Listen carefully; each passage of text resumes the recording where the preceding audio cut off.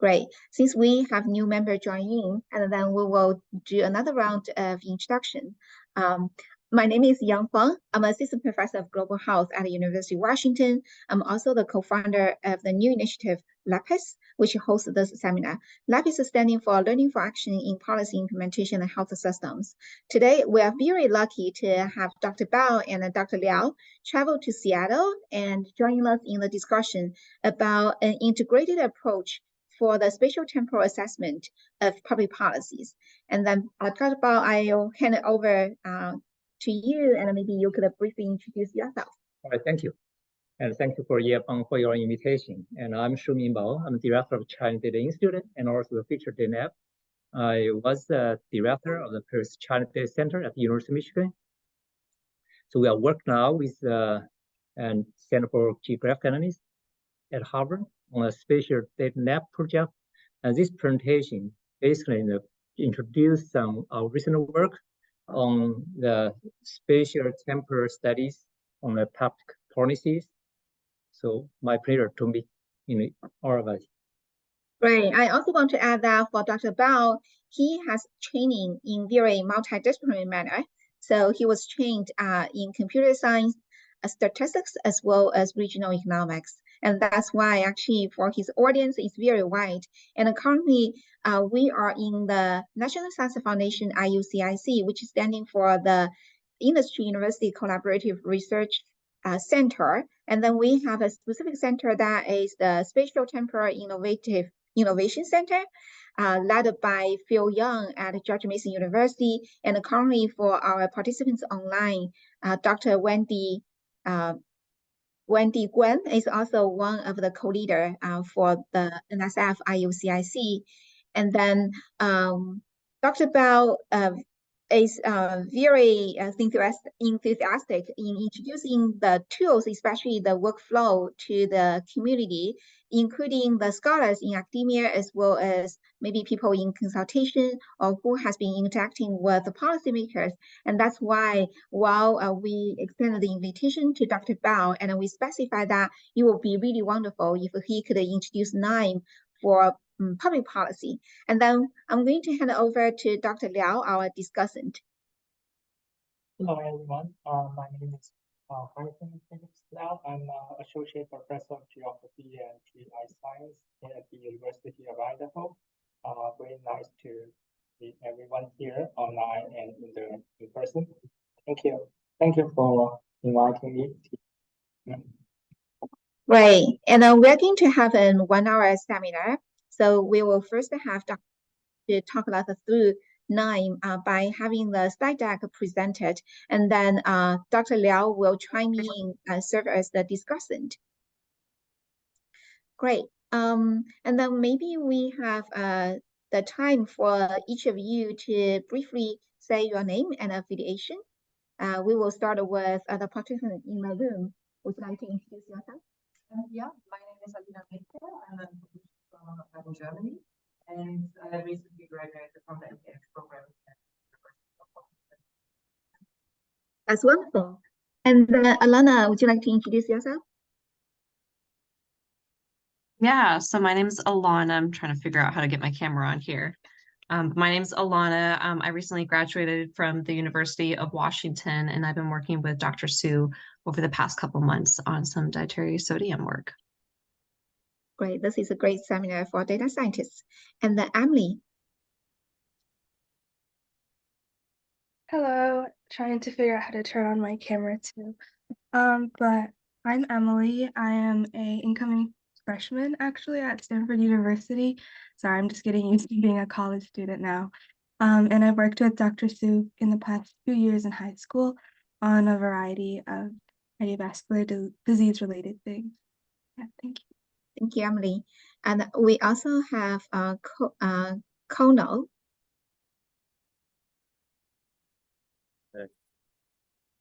Sorry. Yeah. Hey, hi, everybody. Yeah, my name is Lydia Bukonde. I am a second year MPH student in global health. I got the invitation from Diana Lalika, so that's why I'm joining you guys today. Wonderful, welcome. And then we also have a group of scholars from Harvard side, from the Center for Geographic Analysis. Without further ado, so we will have Dr. Bao to present regarding the 9th approach for spatial analysis. Okay. Okay. Good. Okay. This is the.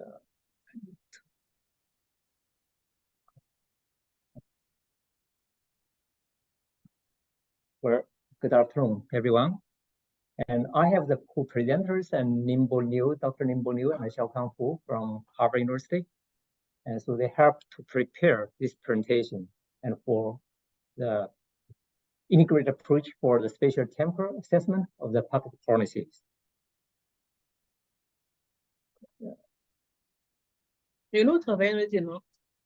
What sovereignty? Okay. So I may start from some garden policies. And after COVID-19, I started play garden. So as a small garden, and there's some communication, the garden policy involved. Sometimes the first thing you need to try to snap which kind of vegetable you can in the garden. And also where you locate the different vegetables, some can mixed better off, or some should be separate, never should be mixed. Or how to manage the fertilizer and water. So that's a kind of also another complicated issue. And also most of the kind of challenge also the insect control. So this is probably the most of the common the policy issues and for the garden, everyone's, and if they are work on that. But for those kind of the policies or the practice, there's a many uncertainty, what kind of action you take. So this uncertainties include if this vegetable is definitive. So if you select some vegetables, maybe fit the north or the south. So it's kind of, if you pick the wrong one, they're probably not growing in your garden. And also there are some are short-term, the long-term impact. That's some for, maybe you have some insect control, but you know how to and make sure also fertilizer. It maybe can benefit from short-term, but maybe you have the problem for long-term. So it's always a kind of trade-off for long-term and short-term. And also, if the garden will be organic, if you try to use a pest, might be more efficient. But that's a kind of organic, not health. We're not serve our health purpose for the garden. And also, after you plant, the plants and several generations, maybe there's degradation. Or if you use a plant the same vegetable in the same place, there will also kind of issue of degradation. And also, if you try to control those insects, and you never know what kind of biological impact. So there's a kind of and a very complex kind of the biological chain between different insects. Some may be better, looks better, a good one. Some looks has a bad one. But in fact, they are kind of it's a chain. They are kind of we never understand what kind of the chain and among the different insects. So those for the garden policies. It's for every garden. There's probably you will have similar issues. In the US, there's a 1/3 population actually involved in the different garden. So there's a large population. So this kind of policy issues also very actually is similar to the many other policy issues and we have here. The public policy, most of the core for public policies actually is a resource location, similar to the garden, right? So there's many challenges for those kind of the public policies. For example, as we just see here, it's a balance between the different group, balance between different the plants, and also the balance between different business, like different industries, and also the spatial the balance.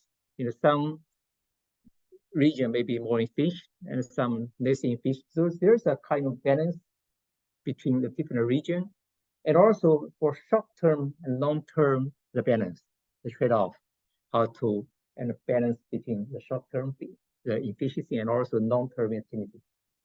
The most challenge is also everything's here, and for all the policies actually involved a lot of uncertainty. So the public policies, and we need some assessment before the policies implement. And also we need an evaluation after the policy is implemented. So there is a kind of this is so what we're looking for is we try to actually look kind of the balance and between different impact and of any policies. So for policy assessment, we need to have comprehensive information. And also we need to consider the spatial temporal, the trends and the impact. And also we have to meet kind of dynamic the demand, because temperature changed, income changed, market changed. So nothing is constant, right? So that's kind of challenge for policy assessment. Where there's also challenge to public policy by research and practice. And for most, the policy assessment by scholars, by professionals. But for the policy practice, those people probably are non-professionals. But there's some always kind of gap between the research and the practice, between professionals and non-professionals. So the most case is the research and professionals present a research report for policy assessment, and then submit this one to the policymakers. But what we can provide is most kind of a static report, and can give some, say, list some very limited options. But what happened in the real world is much more complicated than what the researcher, the assumptions we can make, and what kind of recommendation we can make. Actually, for economics, we always say nothing is certain. You never can have the standard answer to any question or any policy. There's always unlimited uncertainty. So for the researchers, and we are kind of primary for system design, and also give some policy assessment based on a limited assumption, based on some certain condition. Then for policy practice, the practitioners and those people need to make some value judgment based on their interest or interested target group, right? And they have to, and based on their evaluation. So there's a big gap between those research and practice. So in this case, we need some technology to fill in this gap.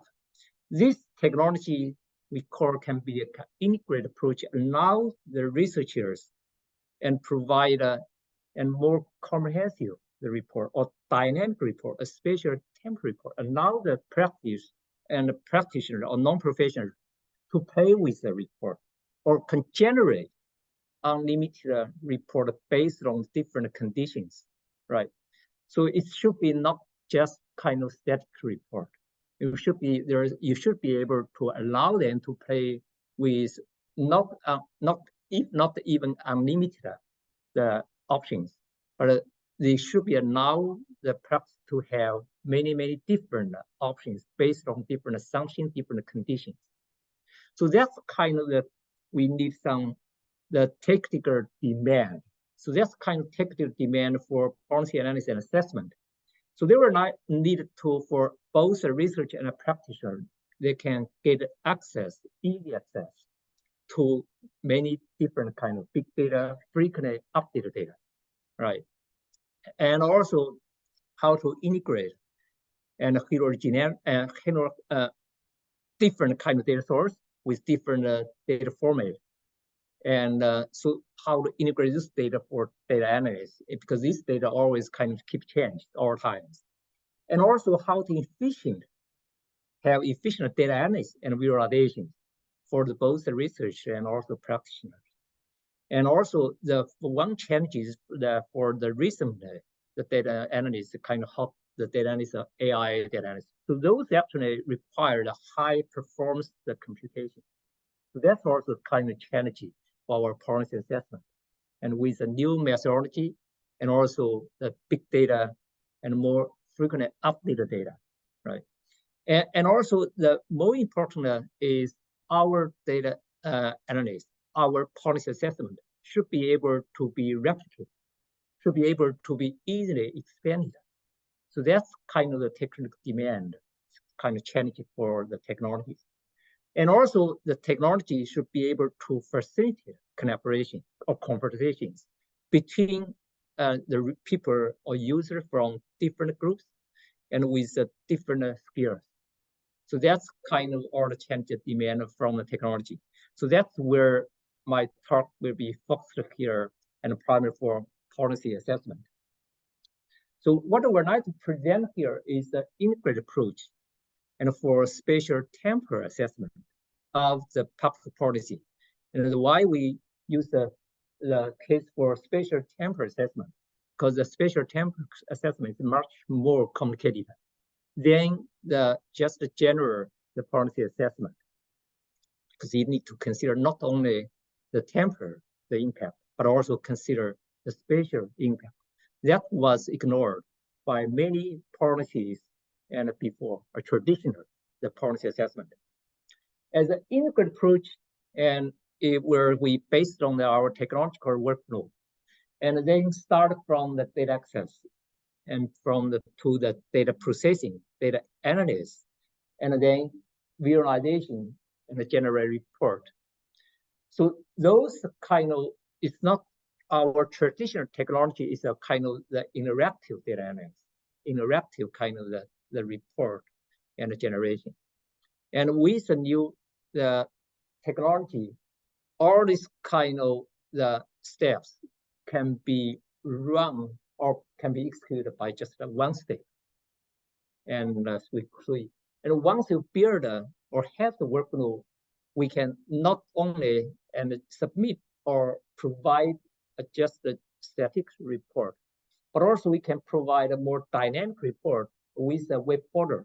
With the web portal, they don't have to install the software on their desktop if they are don't have the professional skills. So we can just distribute this one to web portals. So they can use the web browsers just to run the report, run the workflow, and without any skills, without any installation of software. And then you can generate those. Oh, I see. Okay. So those are kind of the web portal based report, and it can be easily by everyone, and also they can be easy to up with the updated data, because you can always use the same workflow for different data sets or the data from the different region, data from different time. You can change the different methodology and the change of the parameters. And as this kind of the approach is easy to be maintained or can be updated. So this kind of the approach can easily provide not only the support for data, support for research, and also training, and then the public service. So the technology we are using here, we snapped actually compare the different workflow-based technology. So there are many software now, they have and adopt some workflow in their software, not some ArcGIS. They also have the model builder, but the model builder is based and limited to the function they can provide. And also some software, they can also have the workflow model builder. But again, the software, both are commercial. And the second one, their functions is kind of limited based on their whatever they can provide. Okay. And also most the workflow tools, they are based on spatial, non-spatial. So not many software technology available for spatial temporal data analysis. So Lime is an open source software and developed by a German company. And it's open source, everyone can download it. And you can, and also there's probably several thousands of the nodes, kind of the component for data analysis. As the workflow for you can, instead you to use a program, so kind of they provide a standard component. You just pour and all different kind of component together for your data analysis. If their functions are not available in the workflow in this software, then you can integrate or include build with the Java or R or the Python. So it's easy to expand. And basically you can build whatever the new component with the new methodologies and also build for new functions. So that's why we use the Lime. And also Lime has the web portal allow you to post or distribute the workflows directly to the web server. So you can, other users or non-professional skills with a non-professional skills, they can use a web browser to run the workflow. So that's Lime technology. And so here I would like to present a case for the assessment, the spatial assessment of the impact of healthcare resource allocation or on the spatial inequality and efficiencies.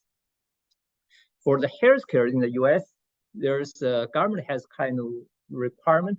So for the healthcare, we're like to have the equal healthcare and coverage, at least some maybe 60 or 80s and between different neighbors or different regions to make sure all the people has some degrees of healthcare. And those healthcare primary facilities, like some the healthcare facility, and also healthcare the professionals. So there's both the healthcare kind of indicators. So this the case study is trying to give assessment of the impact of the healthcare resource allocation on spatial affinity to primary care physicians in the vital areas. The supply, on the supply side, we have the number of the primary care physicians by zip code. On the demand side, we have the population by the tract. That's just in Chicago areas. And the area map, we have the boundary map of 2,000 census tracts, so they can match where the population is located. And also we have the network, so travel distance for each and between from each census tract to primary doctors. So this kind of data source, and we are using for these case studies. This is basically the research, the project, right? So here is some the issues on affinity. There are issues for include the spatial one and also a spatial one. So for spatial one, so we're seeing some the spatial separation between the supply and demand. So there's always some barriers. There are always kind of mismatch there. For spatial, non-spatial issues, and there were not some the population by different group, and also the supply by different category, and so that's kind of non-spatial the issues. So for the facilities, so when we have the new facilities, we need to give assessment of potential the utilization. But once they have built up, and we need to understand what's the actual use and what's the efficiency of those services in the real society. So those kind of issues of affinity we need to understand before we give assessment. So this is called the 2 steps. Okay. The 2S FCA and developed by the Professor Fahui Wang. And basically, we are need for this kind of assessment, of policy assessment for impact of the resource allocation. And there's different two ways and for this assessment. One is and based on the people's located. Say for this circle, say within 50 miles, how many healthcare facilities, how many physicians, and how many doctors, healthcare professionals within 50 miles. So that's one you need to calculate and for different regions. Another one is based on the supply location. So for the hospital at the UW, and how many people you can serve within by this healthcare facility. And then we combine both the approach and give assessment of the spatial importance and also the efficiency of the healthcare facility they can serve in this area. Okay. And for the spatial, so when we give index for the spatial infinity or efficiency, always has the issue how to define this kind of aggregate index, right? So the people live within 1 mile and 10 miles, 30 miles. Actually, their affinities are neither different, right? You live the far, and the further you live from the hospital, your affinity is kind of north. So there's a kind of way how to calculate this aggregate, the index or affinity. So there are different ways to define. There's different functions.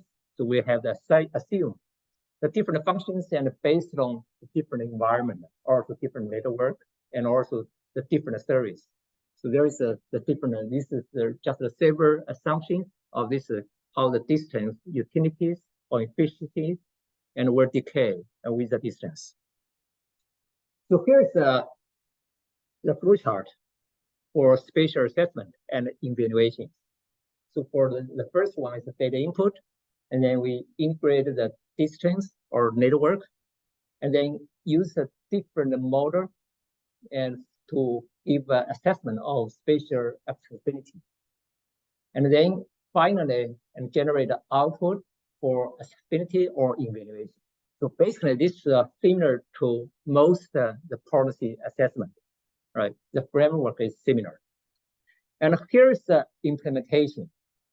So basically, usually what we are doing for this framework, we are using most of the software, and each for the data input distance analysis actually involve a lot of the interactive, the steps for data analysis. You probably also need different software.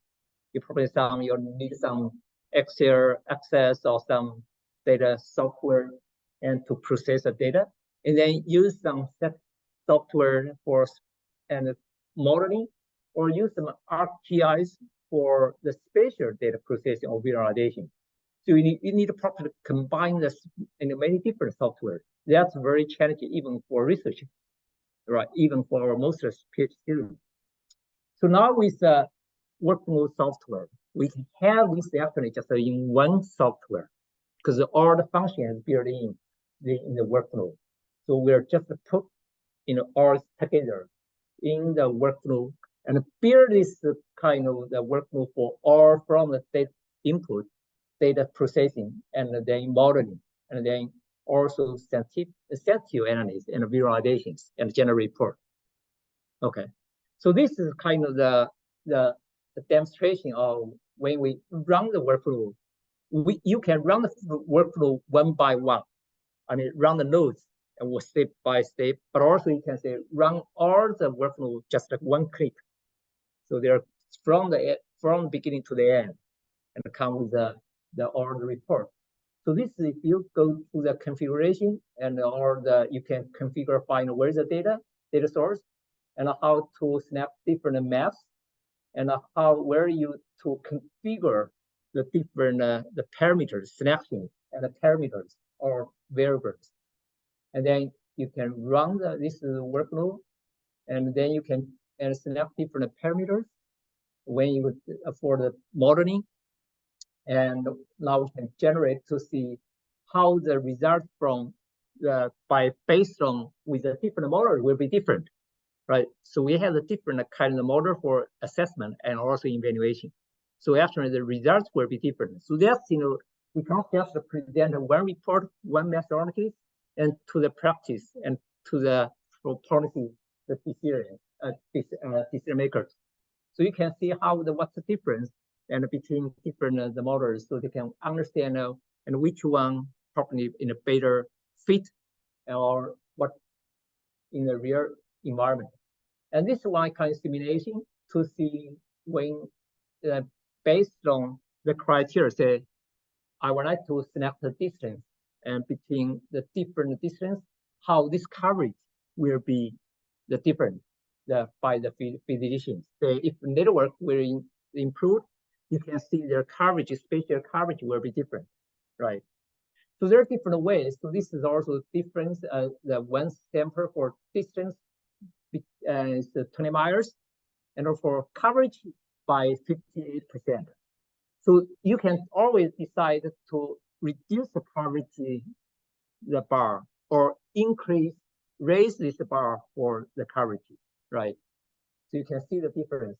So this is evaluation to see how the modular utilities will be changed, also based on the different model and also different the system. So this we can present more dynamically the impact. So this is the web portal, and dispute on the web portal. And once you go to the web portal, it's similar to a kind of our traditional report, but the difference is the report, you can execute report. You can also replace the data. You can also pick the different data, different years, or upload your data. And also choose the different, the parameter, you can see how the data looks like. And also you can see how the report will be generated. And so basically this is use the different methodologies and generate report. And basically that's similar to our traditional report. But I say the only difference, this is the dynamic report. You can always make change to that. You can replace the data. You can replace the model. You can also pick the different the parameter to see the simulation. So this workflow and can be easily and changed and on your desktop. Once your workflow has been upgraded on your or has been expanded on the desktop, then you can easily and change whatever on the web portal. So that's how the integrate from the data access process to the distribution. It's kind of one integrated approach. So they are kind of all the linked together. Well, this is just the case study show our research work. For policy making, actually, it's more complicated than this one. So there's many the policy options. Actually, it's much more complicated. Not them, and for if you try to set the standard for the spatial coverage, you need to consider where you try to recruit. You probably always can have the options. You can say reallocate different healthcare facilities. I think now there's many. So also where to relocate the new hospital or new clinic, right? So what kind of impact there will be make the difference. And also another option is you can maybe instead of relocate the healthcare facility, but relocate the population. So that's for the urban planning, for spatial planning, that's the different approach. We'll move people from some spicy areas, but move there to the more dense areas, right? So they can change, also improve the spatial inequalities. And also improve the nuclear transportation. So that's another approach. So they can improve the spatial, the coverage, and also inequality. So all is involved and not to the assessment, right? For any kind of the different policy options, you need to give some assessment. And also the assessment is much more complicated than we just see here. You probably need to think about the healthcare by different categories for general clinic and spatial the hospitals. And also you need to consider the hospital healthcare by different size.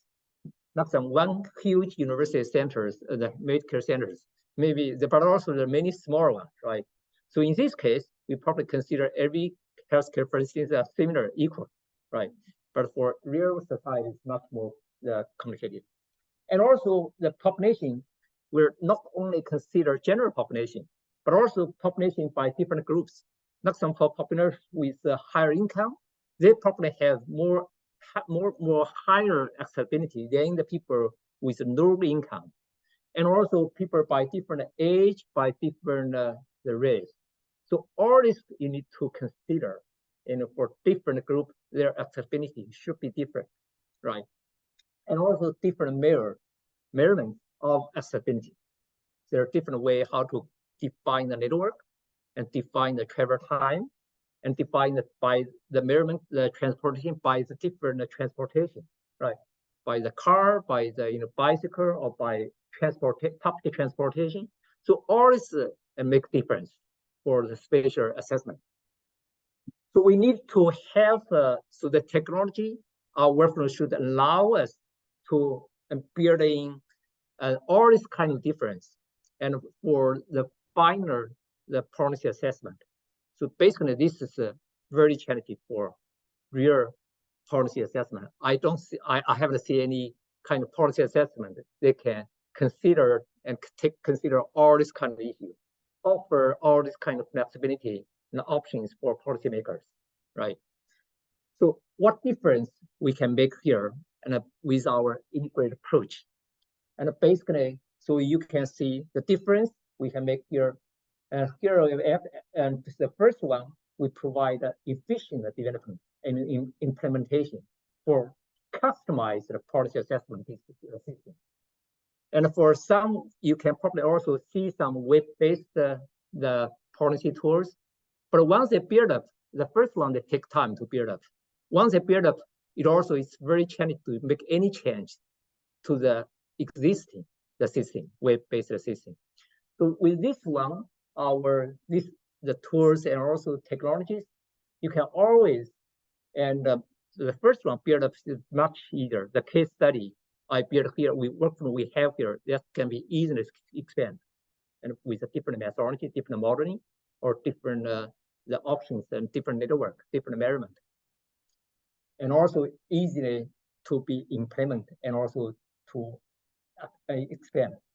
And also the system much easier to maintain without the spatial skills. Once, because the web portals and the company, they provide the technology for the web portals. So basically, if we have the server here, you can install the web portal here. Then you can use this one for inter training or for the government agencies or different agencies or insurance companies. And also it provides greater flexibility for expansion, for change demand, because the demands always keep changing, right? Not only by when the policymakers, but also when you try to use this one for different region, different policymakers, different the companies, their demand are always kind of different, right? And also the low cost for learning and application, because basically we don't need for users, you don't need the professional skills. So even the high school students can play them. And also this is it's good for reproduction and replication, and for the policy research, not only for policy users, but also our research. So we can train for different students. They can adapt to the new model, and they don't have to start from very beginning.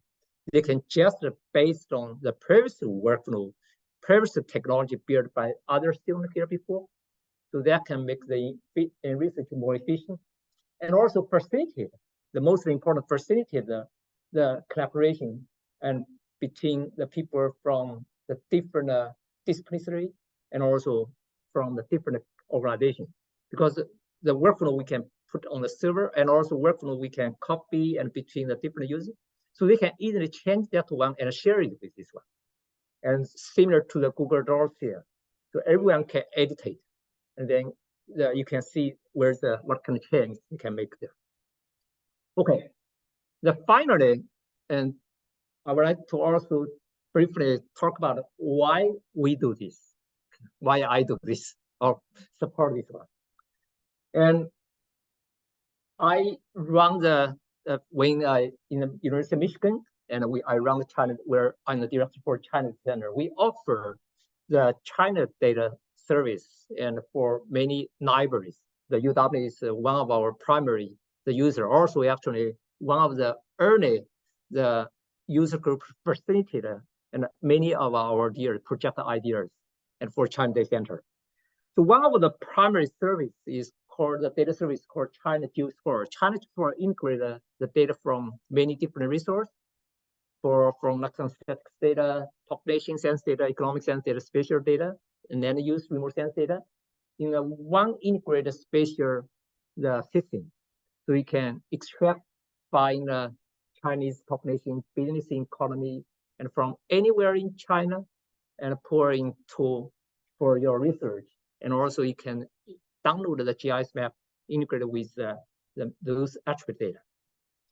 But the challenge is, even we have very powerful data service, the data powerhouse or data house. And for many universities, actually many end users, they all kind of it's always a challenge for them how to use the data. Like I remember there's some libraries from the top libraries, top universities, and they ask, what kind of software and they can have for those the data, right? So I need to help them to build the connection between them and the GIS professional in their university. But for most libraries, for most students, and they don't have this training in the GIS, and even they have probably some training in the statistics, right? So I've been trying to figure out what kind of software technology we can help them for those data analysis. So that's where we start this project, and with Harvard, with Wendy Wang here, and also actually with Wuhan University. So we called this joint effort, try to apply the new methodology or new technology to help people not only to use the new technology for the data analysis, but also to facilitate the collaboration between the people from different the agency, organization, different the field. So that's our spatial data lab, the project, the objective. So the spatial data lab project is also sponsored by the National Science Foundation. So this the project is by the lead by Professor Chao Yang at George Mason University, and also Dr. Wendy Wang at Harvard University. So we also have the partner with the NIME. So that's we have very strong support and from the technology sectors and with the NIME. So we can build our component. And for the NIME, the traditional NIME, they don't have the spatial temporal actually function for the spatial temporal data analysis. We work with them and build the new function, new component for spatial data analysis. So that's we have released a new extension for geospatial extension and for NIME. And actually now we have since the last October, and then we have several new versions. And Ningbo and Xiaokan have been working with them intensively. Actually, have a weekly meeting. So we have not only the geospatial extension. This geospatial extension cover most of the spatial data analysis and modeling and also visualization. And also work we expanded to geo image data and geo network and also geo AI. So they're expanded and from the geospatial into many other spatial temporal data analysis. And one of also the primary work is try to cultivate this community and to train the people how to use the new technology and the new methodology for spatial temporal data analysis. So policy assessment is one of the primary and one of the major applications in this field. So we have provide this summer workshop and also summer symposium at Harvard. This July, we have very successful and actually the training workshop and also the symposium with the people from different backgrounds. And also we offer the monthly webinars on spatial temporal innovation. We have about 12 affiliate labs. Basically, we offer our technical support, and so they build their lab, build their identity, and then we organize the different research, probably on each lab focus on different research topic. But we provide the general platform for them to collaborate, and so that's where we are and why we are doing this, and hopefully, and we'll build a close collaboration with the University of Washington here. So that's where we start here. So that's our website. All right, thank you. Thank you very much, Dr. Bao. So for us at UW, for example, for the Institute of Health Metrics and Evaluation, IHME, mainly use the STGPR, the spatial temporal Gaussian process regression. And then as Dr. Bao conveyed to us, actually besides the Gaussian regression, there are also many other models such as like the kernel model or like the two-step floating catchment area model. So today we are also very lucky to have Dr. Liao as a discussant and to further the discussion, especially about maybe the internal validity as well as like what kind of value the NIME as well as the spatial temporal tools will add to our current work. Thank you, Dr. Wu, and also very nice to listen to Dr. Bao's presentation. Remember, I used data from China Data Center for my doctoral dissertation many years ago. And I have a quick question, or somewhat like from maybe an outsider perspective. Can you maybe elaborate some of the idea of using that platform now for this new open source geospatial platform? So why you want to use now as compared to other like GitHub or other platform? Yeah, actually, before we use the Lime, we actually have to compare the different software. And the software we are using initially, and when I actually use University of Michigan for our data project is called Ortrid. Ortrid is a commercial software and located in California. But that software is very expensive and commercial one. So there's offers some functions for spatial data analysis, but very limited. So that's, so we're try to find some open source. And the open source, we find the Lime, it's more comprehensive. There's an open and community to allow the people to add their component, they call nodes, and build their new nodes and for Lime.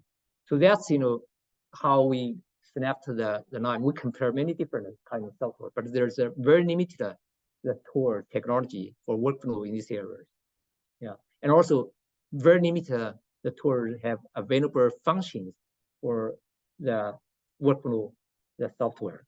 So because they are the first one, number one, open source, the second one, they are open for the new methodology and new component to be added into the system. And also another more important, we have a very strong partnership and with the Lime. So we can have the technical support because we need some technical support from the Lime if we try to build more professional the nodes or component. Yeah. Thank you, Dr. Bao.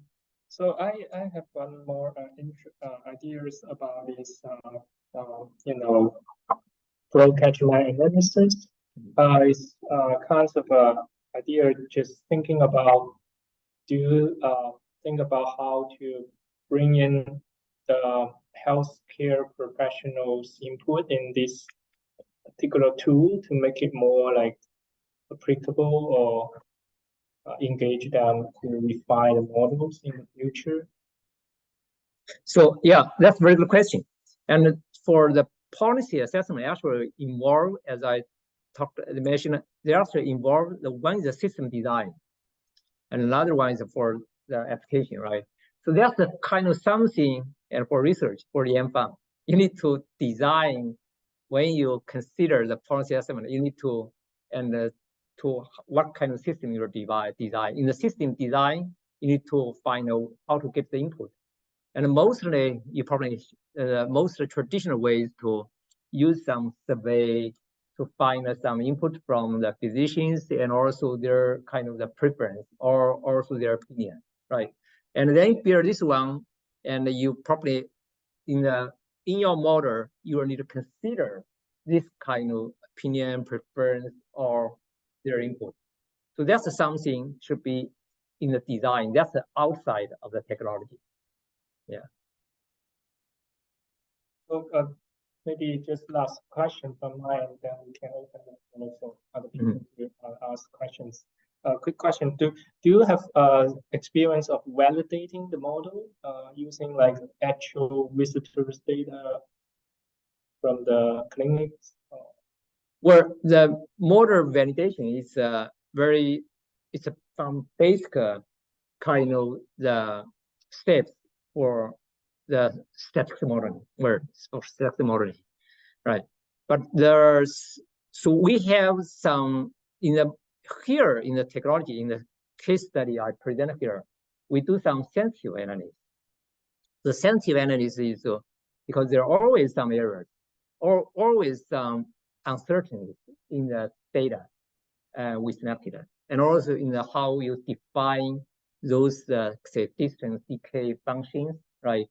So basically, so we are using sensitive analysis to see how when we change the different functions, the different change the models, how the results will be different. So that can try to minimize the impact of the possible errors or some. So that's one popular kind of the data analysis, the way to control the possible errors or more kind of the mistakes. And also the how the different methodology may bring some more difference, right? And try to make sure the results is more robust.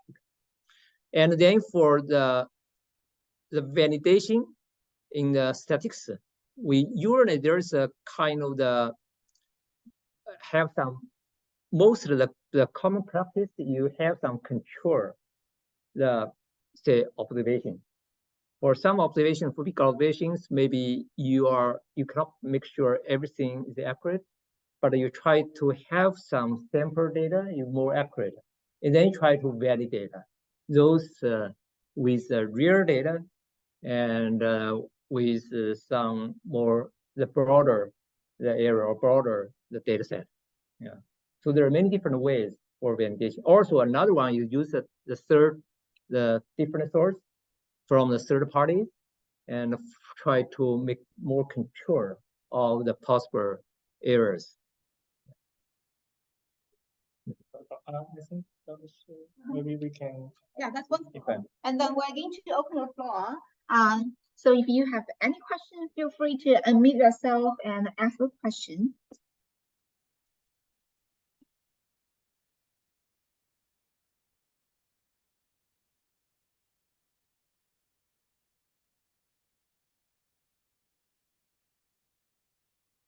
Wendy. Yeah, thanks. I actually want to add to what Dr. Bao had already explained, is that spatial data lab isn't limited. That concept, the spatial data lab concept, isn't limited to KNIME. KNIME is a very good tool that enabled us to implement the spatial data lab concept at this stage. But in the future, there might be a possibility that we will include more tools for building workflows in the same lab setting. So the lab really is a platform where we allow users to come together use existing materials and build on top of previous researchers' product, so to jumpstart their own. Therefore, any tool that is most efficient in building a workflow-based case study would be a good fit to this lab environment. What we offer is, it's a lab, right? It's a virtual lab. It's just a laboratory, right? People come in here, there's equipment, there's material, there's someone else's lab assignment, right, already carried out. So we put together data products, analytical tools. The tools are verified by others, not us. We cannot be experts for all the models that we implement in the workflow. These are usually peer-reviewed publications, from experts who really contribute their work. So we assemble them together into a workflow. That's what this lab is about, is to assemble proven methodology, reliable data, and make it easily replicable and expandable into solving problems of different cases. So that the product is a package that has data sets, analytical procedures that's built in a workflow fashion, therefore a click to rerun, but with exposed parameters so that you can change the settings if a new user adopt an existing workflow, right?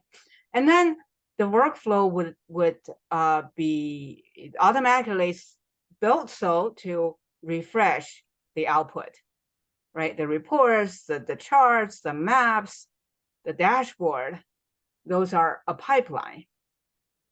And then the user could find what's in the repository, case studies, to test the methods, understand the data, understand the methodology better. So it's excellent for teaching without having to write code.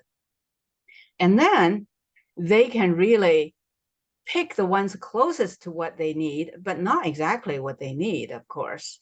Otherwise, their work wouldn't be innovative. But build on top so that they could connect two workflows together.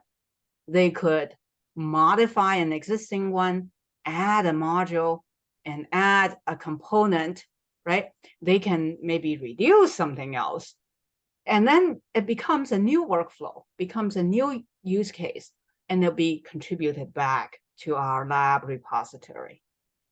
So that from now on, publications would come not just with a paper, but also with a data set, an executable workflow to replicate the work, and easy to verify results that can be shared in a dashboard or online format, so that we make research easier and then also make replicable a replication easier, so that you can verify somebody else's work, you can expand on somebody else's work, and you can be sure whether the work is sound or not, because, right, replication is a click away on the dashboard.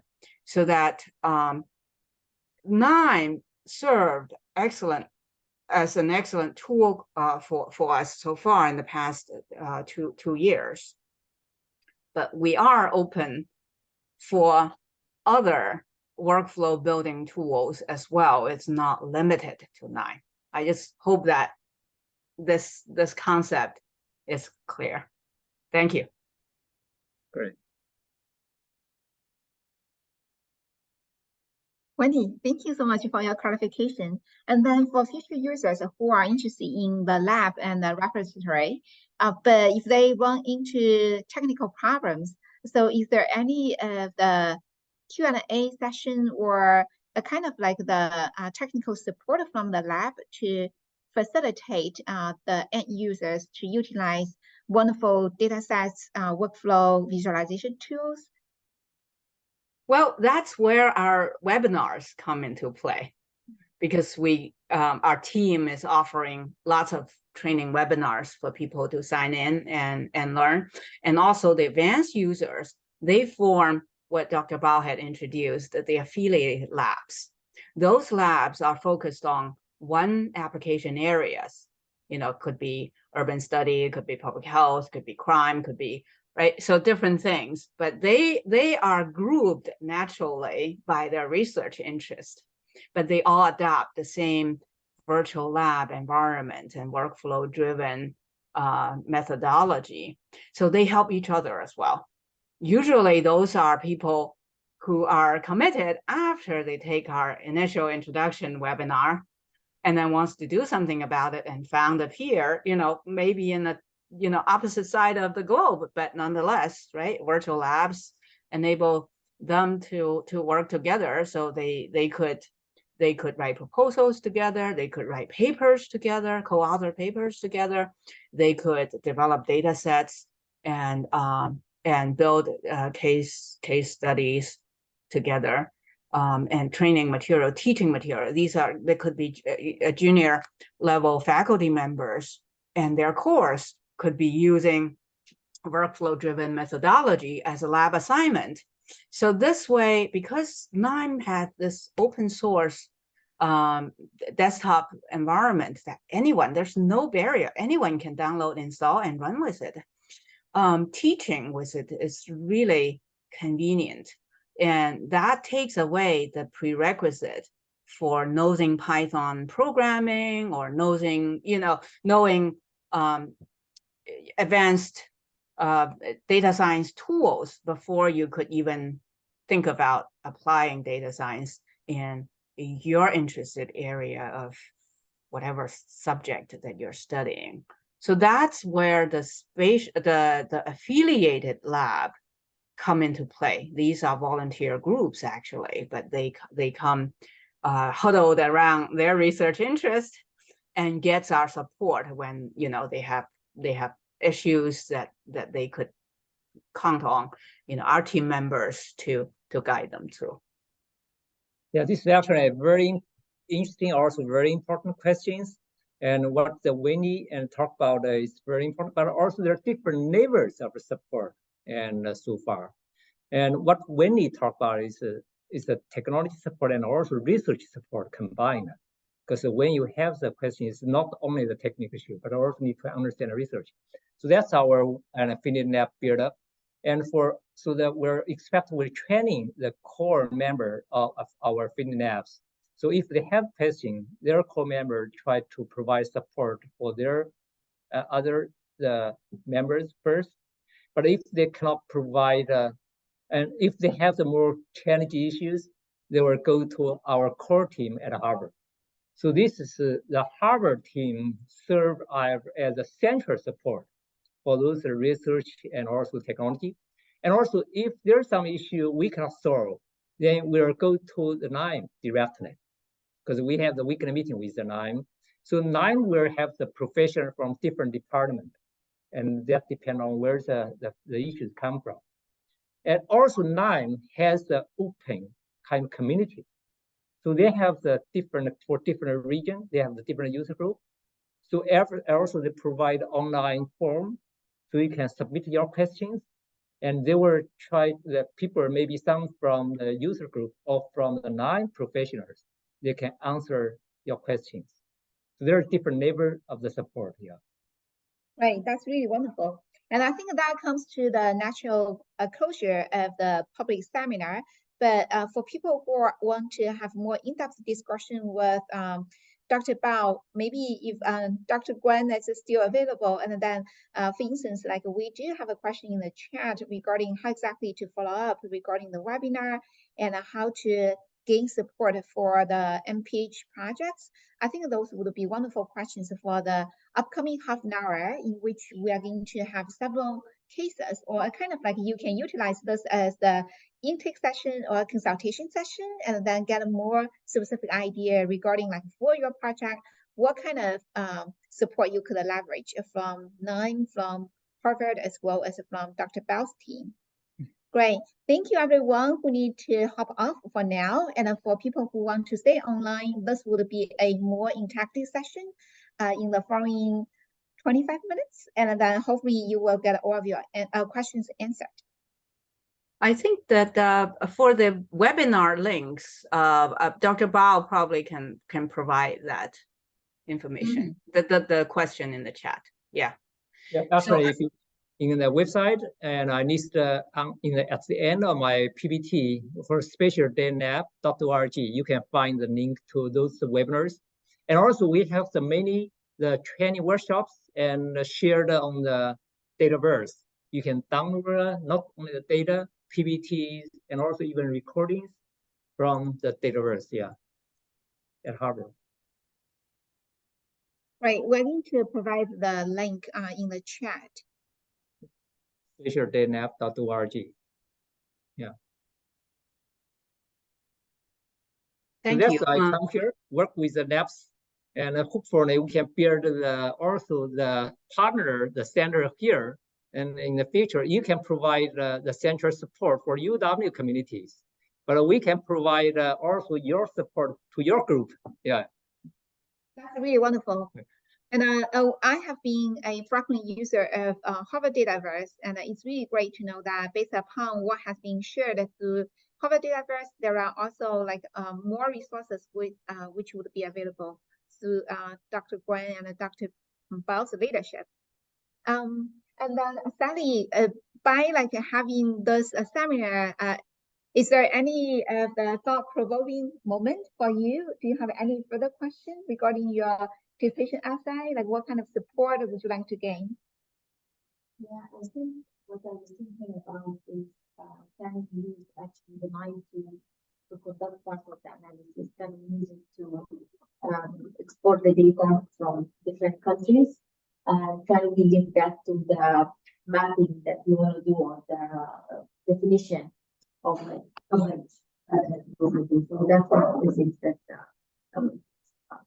it's like how many countries does it cover? Dr. Guan, can you hear clearly regarding maybe I could mute and then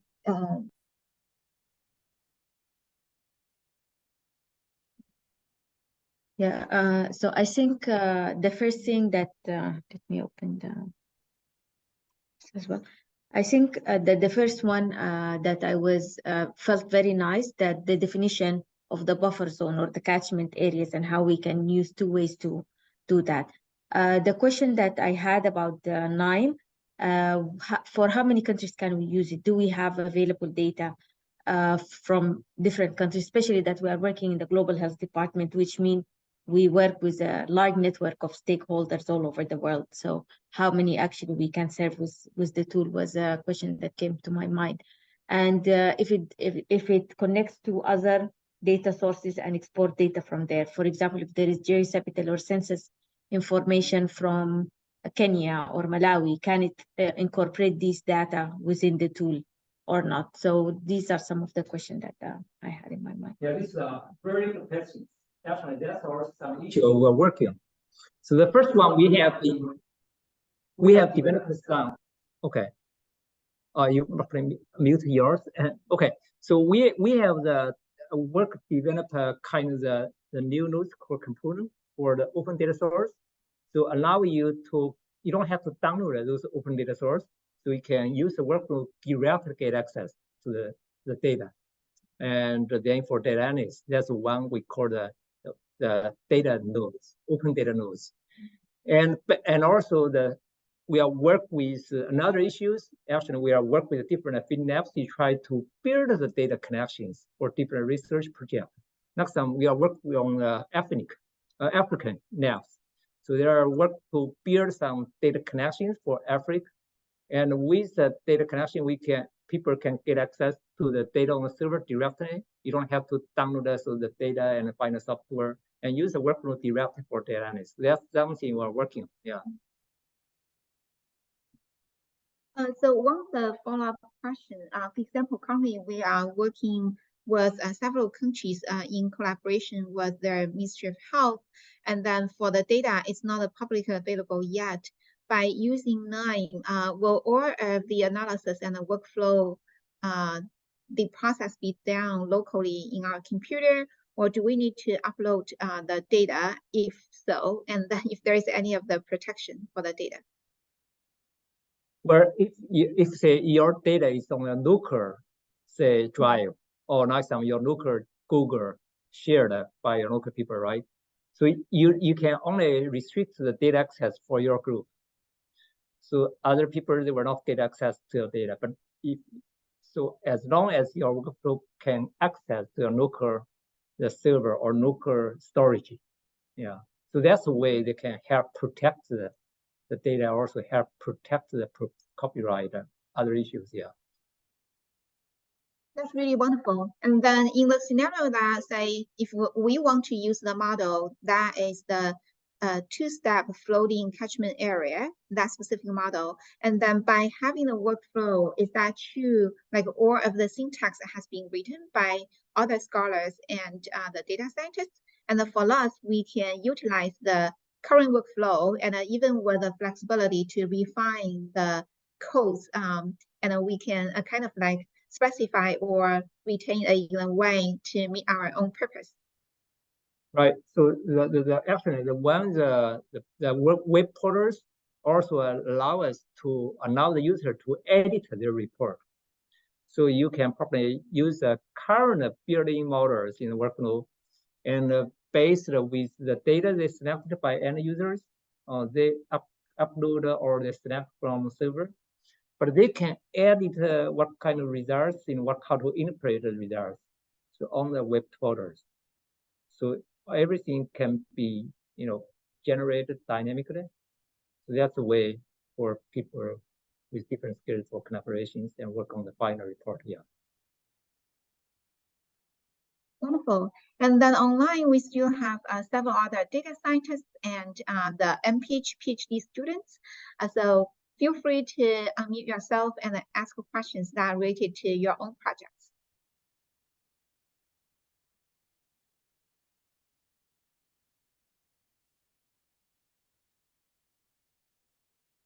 Great. So for the upcoming 18 minutes, I'm going to stop recording and then to have more of the private environment for our conversation.